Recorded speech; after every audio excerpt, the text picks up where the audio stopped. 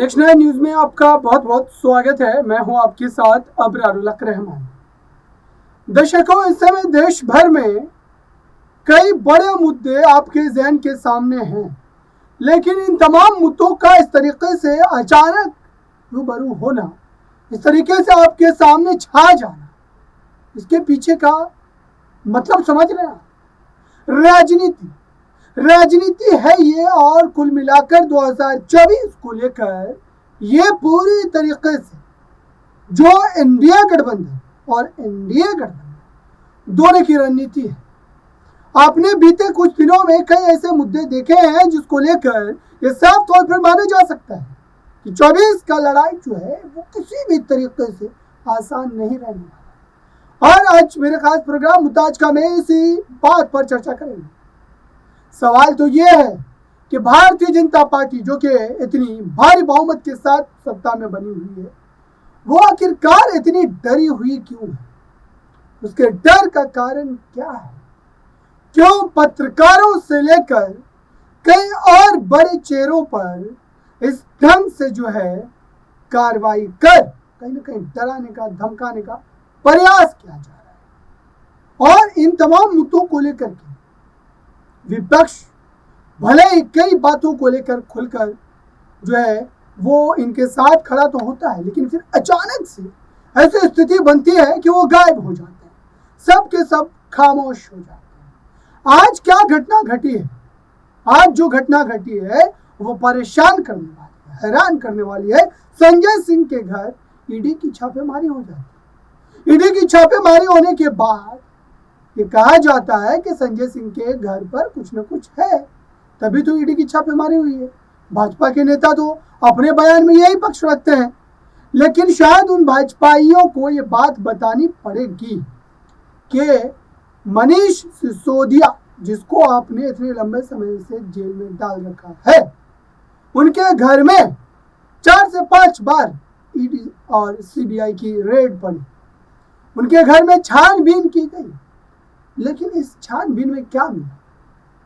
क्या ऐसे कोई सुराग मिले? क्या ऐसे कोई सबूत मिले जिसके आधार पर कम से कम ईडी सीबीआई ब्रीफिंग करके ये बता सके?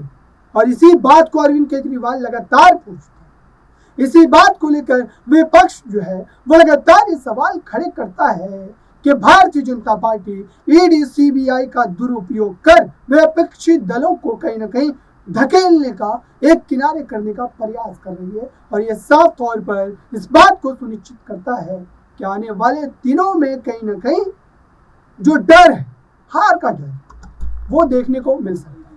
इस पूरे मामले को लेकर सियासी स्वरूप जिस ढंग से बदल रहे हैं दर्शकों, उसको लेकर साफ तौर पर यह कहा जा सकता है कि 24 की लड़ाई में भाजपा वर्सेस जो एक तरीके से इंडिया, क्योंकि भाजपा भी अब अकेले नहीं है, जाहिर सी बात है कि उसके साथ एनडीए के कई दल हैं।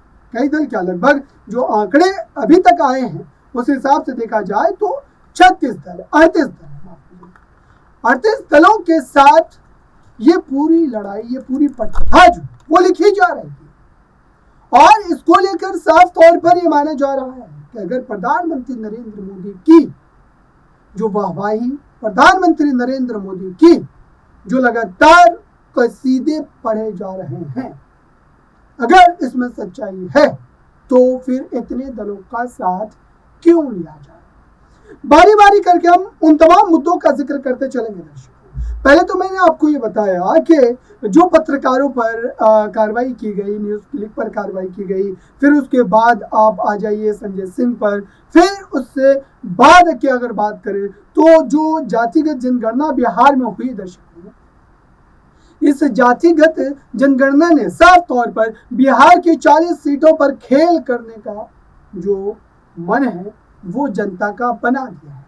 यानी कि जनता अब ये तय करेगी कि उन 40 सीटों का किस ढंग से जो है समीकरण बनाना है और बदलना है। और देखिए, इसी बात को लेकर के मैं पहले भी लगातार इसको जो है चर्चा में कहता रहा हूँ। सबसे पहले आप देखिए, बिहार के अगर हम राजनीतिक समीकरण को समझे दर्शकों, जो मैंने यहाँ पर लिख करके लाया है वो मैं आपको बता देता हूँ। बिहार का जो राजनीतिक समीकरण है वो ये है कि बिहार में 2019 का लोकसभा चुनाव हुआ था, उस चुनाव में 39 सीटें एनडीए को मिली जब नीतीश कुमार भी साथ थे। एनडीए को 39 सीटें मिल गई थी और महागठबंधन को मात्र एक सीट, जो किशनगंज की सीट है, मुस्लिम बहुल सीट है, वो सीट मिली थी और अन्य के खातों में शून्य आया। अब आ जाइए विधानसभा। विधानसभा चुनाव में जो एनडीए को सीटें मिली वो 125 थी और महागठबंधन को 110 और अन्य 8, जिसमें से 5 सीटें एमआईएम की थी, जो सीमांचल के क्षेत्र में 5 विधायक उनके चुन कर आए, उसमें से 4 विधायक जो है वो इस समय जो है यहाँ पर आरजेडी में शामिल हो गए। जिस बात को लेकर के अब ये कहा जा रहा है दर्शकों कि एक बार फिर से असदुद्दीन ओवैसी की पार्टी बिहार में बड़ा खेल करेगी, जबकि जातिगत जनगणना जारी हो चुके हैं। लगभग जो है तकरीबन आप कह सकते हैं कि 18% की आबादी मुसलमानों की है। तो इस लिहाज से आप देखिए कि जो एमआईएम की रणनीति है, एमआईएम का जो फैक्टर है, उसको एक मजबूत जो है कहीं ना कहीं स्थान मिल गया है इन प्रतिशतों के साथ कि वो इसको लेकर के राजनीति करे और जनता के बीच में कहीं ना कहीं अपनी बात को प्रमुखता से रख करके ये बताए कि अगर बिहार में 18% मुस्लिम है तो क्या महागठबंधन की सरकार में आपका नेतृत्व उस ढंग से नजर आ रहा है? क्या आपके लिए कोई मंत्रालय उस ढंग से किसी को सौंपा गया है? ये तमाम बातें इस वक्त एमआईएम के प्रवक्ता जो बिहार के हैं वो कहते नजर आ रहे हैं और उन्होंने कई मंचों पर इस बात का जिक्र किया है दर्शकों। तो ये एक तरीके से दर्शा रहा है कि भले ही 2024 को लेकर लालू नीतीश की जोड़ी ने ये पूरा मामला करने का काम जरूर किया है, लेकिन उसके बावजूद भी ऐसा लग रहा है कि ये खेल कहीं उन्हें ही उल्टाना पड़ गया। तो ये पूरा मामला, ये पूरा फिगर समझाने का मकसद यही है दर्शकों कि 2024 को लेकर के इस वक्त भाजपा और साथ ही कांग्रेस के साथ जो अन्य दल हैं विपक्ष के, चाहे वो एनडीए के साथ जो अन्य दल हैं, वो तमाम मिलकर के भी यहाँ पर इस पूरे मुद्दे को सुनिश्चित नहीं कर पा रहे हैं कि 24 में इस जातिगत जनगणना का जो तोड़ है, जो काट है, वो किस ढंग से ढूंढा जाए, किस ढंग से इस पर पलटवार किया जाए। और यही वजह रही कि प्रधानमंत्री नरेंद्र मोदी ने भाषण में यहाँ तक कह दिया कि अगर कांग्रेस पार्टी या फिर जो है आरजेडी या फिर जेडीयू, आरजेडी का प्रमुखता से जिक्र किया गया और ये कहा गया कि अगर आरजेडी ये बात करती है कि जिसकी संख्या जितनी भारी उसकी उतनी हिस्सेदारी, तो इस हिसाब से जो है यहाँ पर बहुसंख्यक समाज को सबसे ज्यादा हक मिलना चाहिए, उनकी जो है प्राथमिकता सबसे ज्यादा होनी चाहिए। अब देखिए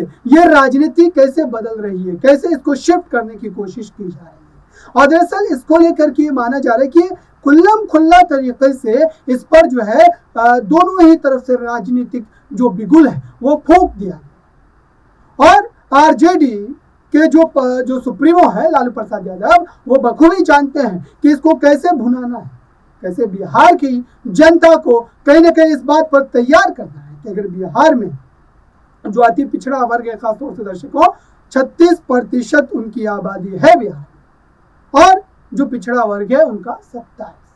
तो इस लिहाज से अगर देखा जाए तो इसको पूरी तरीके से बुनाने का प्रयास किया जा रहा है। अब देखते हैं कि आने वाले दिनों में क्या इस पर पलटवार होते हैं, बीजेपी इसका काट क्या ढूंढती है और ये जो लगातार एक के बाद एक जो खेला आपको देखने को मिल रहा है, चाहे वो पत्रकारों की गिरफ्तारी हो, चाहे वो संजय सिंह पर ईडी का हमला हो या फिर आप कहीं यहाँ पर लालू यादव फैमिली के ऊपर जो है सीबीआई का लगातार कटाक्ष करना हो, वो हालांकि उस मामले में उनको जमानत मिल गई है। तो ये पूरा खेल जो है धीरे धीरे आप समझिएगा और 2024 को लेकर के लगातार हम इसी तरीके से खास रिपोर्ट में बात करते रहेंगे और हर मुद्दे को आपको विस्तार से समझाते रहेंगे। फिलहाल इस रिपोर्ट में बस इतना ही। जुड़े रहिए बड़े खबरों के लिए नेक्स्ट 9 न्यूज़ के साथ।